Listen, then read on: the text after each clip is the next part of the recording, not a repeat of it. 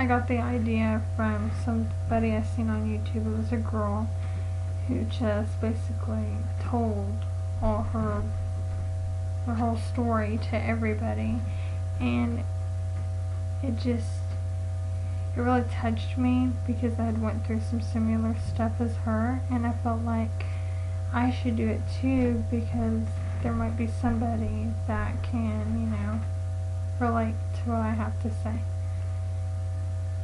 A lot of people think, I guess on Facebook that don't know me too well, that my life is perfect. That's what I hear, at least. And it's not. Sorry. It has its ups and downs just like everybody else. I mean, I'm not famous. I'm not a superstar.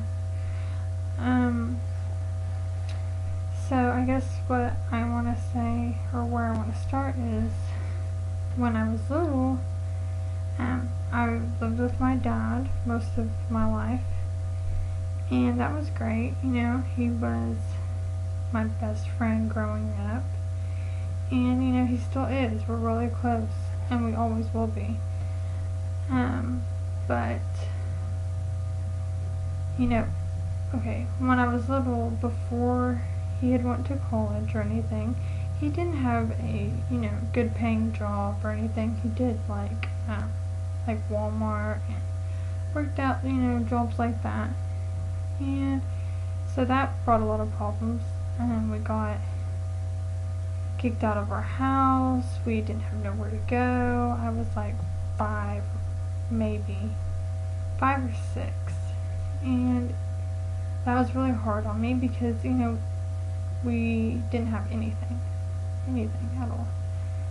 So we lived in the Mission, and if you don't know what that is, it's basically where homeless people go, and it's nasty.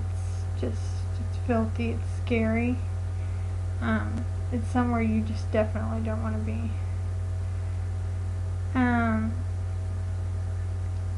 then I was about 6.5 years old. I was younger. We only stayed there for about a few months. And then he got another job. We got our own place, which was really close to his best friend. And his best friend since 4th grade. So you can imagine he was pretty happy about that. But his best friend had a drinking problem, and so his best friend would babysit me when my dad worked, because my dad couldn't afford a babysitter. His best friend would sexually abuse me for a very long time. He did this since I was about 6.5 years old to 12. So it was quite a while. And I had never told anybody until I was 12. I told my dad's girlfriend at the time, and then she forced me to tell my dad. That was extremely difficult. I can't even explain how difficult that was. And then, so then we moved to another state. We moved to Arizona, where my dad's girlfriend's family lived, which was great because I wanted to move away. I did not want to have anything to do with the state of Oklahoma after that, because I was just so sick of it. Too many memories, too many bad memories. And not even my family doesn't even really know about this, but they will, I guess, after they watch this. Sorry. So then we moved to Arizona, and there's a little bitty town called Pine, and it's really close to another little town called Strawberry. And so the middle school I went to is called Pine Strawberry. It's really weird. And so we were living there, and everything was fine at first, and then my dad's girlfriend and her parents would be really, really mean to me when my dad left. They would say, you know, you're so stupid, you don't have any common sense, you need to grow up, you need to go back to Oklahoma and live with your mom, we don't want you here. And then I was grounded all the time over the stupidest things. I mean, if I ate too much, I'd be grounded. I'm serious. And I mean, I'm not even a big girl, you know, and they would just ground me over that, and it's so ridiculous. Like, I would just cry, I'd be so upset, and then eventually we moved back to Oklahoma. Thank God. You know, I was excited. I was like, because my dad had broken up with his girlfriend because it was just too much. It was just, my dad picked me over any girl because that's just how it is.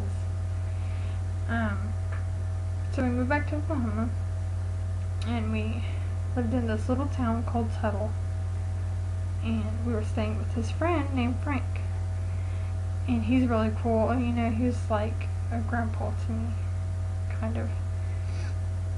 But the town sucked. I'm not gonna lie to you, it just sucked.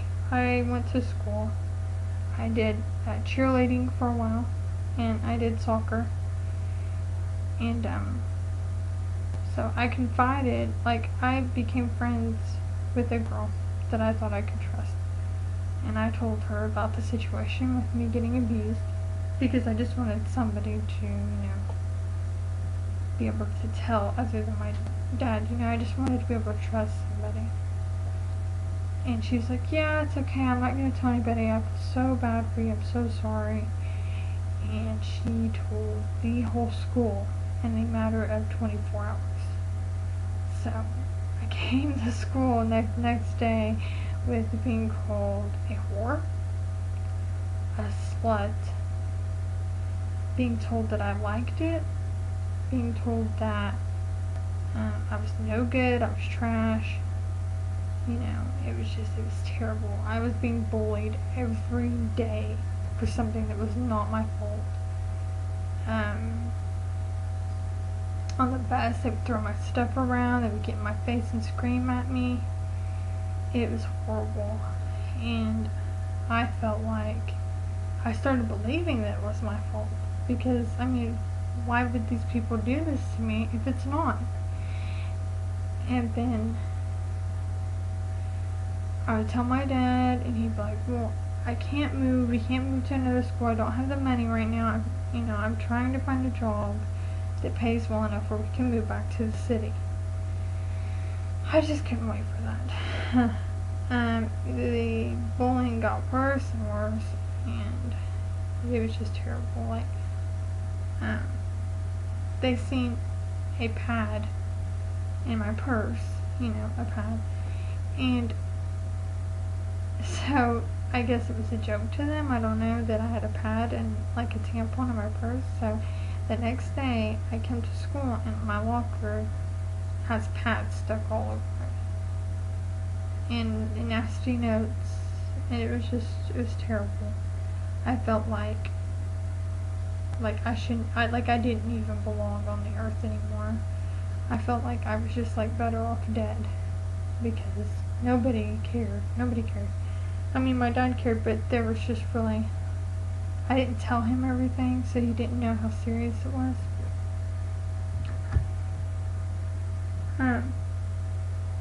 So that was really hard, because, when you think you can trust somebody and then they just backstab you, it's terrible. Like, I can't even explain to you. It was awful. So then, eventually, we got to move to the city, and I was in 7th grade at the time, and I met Jesse, my fiance now. He turned my life around. He really did. I mean, he was kind of rude to me in 7th grade because he liked me, and he was just really mean, like most boys are at that age. And then around 9th grade, we started getting really close. 10th grade, we started dating, and I knew then that I had somebody I could trust, and that nothing could take him away from me. Like, we were like this every day. And then 11th grade, I lost my virginity to him, and he lost his virginity to me. It was a special time, I guess, because, you know, it was somebody that I knew wasn't just gonna walk out on me and use me. It was nice because I didn't have to worry about him not calling me tomorrow or texting me or whatever. And then, we eventually got our own place, and I got pregnant 12th grade year. Decided to do online school because I just didn't want to hear the bull crap at regular public school. And now we have our daughter Raylan, and she is the love of my life. She is everything to me. I would do anything for her. I mean, I really would. She is just, she's so funny. I mean, she's almost a year old. She has the biggest blue eyes and the baldest head you ever seen, but she looks just like her daddy, and I wouldn't change anything. I mean, I guess the whole moral to this is I went through some hard times, but I did get through it, and I know that sometimes when it seems like you're going through hard things and it's just like, there's no way I can get through this, there's no way. You can. You just have to stick with it. You just have to, because it'll be so worth it in the end. And, you know, you just got to give yourself a chance, because there's times I thought maybe if I killed myself, I wouldn't have to deal with this anymore. But if I would have done that, I would have never met Jesse. I would have never had my beautiful baby. Things wouldn't be the way they are right now. But, you know, I have to say, you're gonna go through hard times.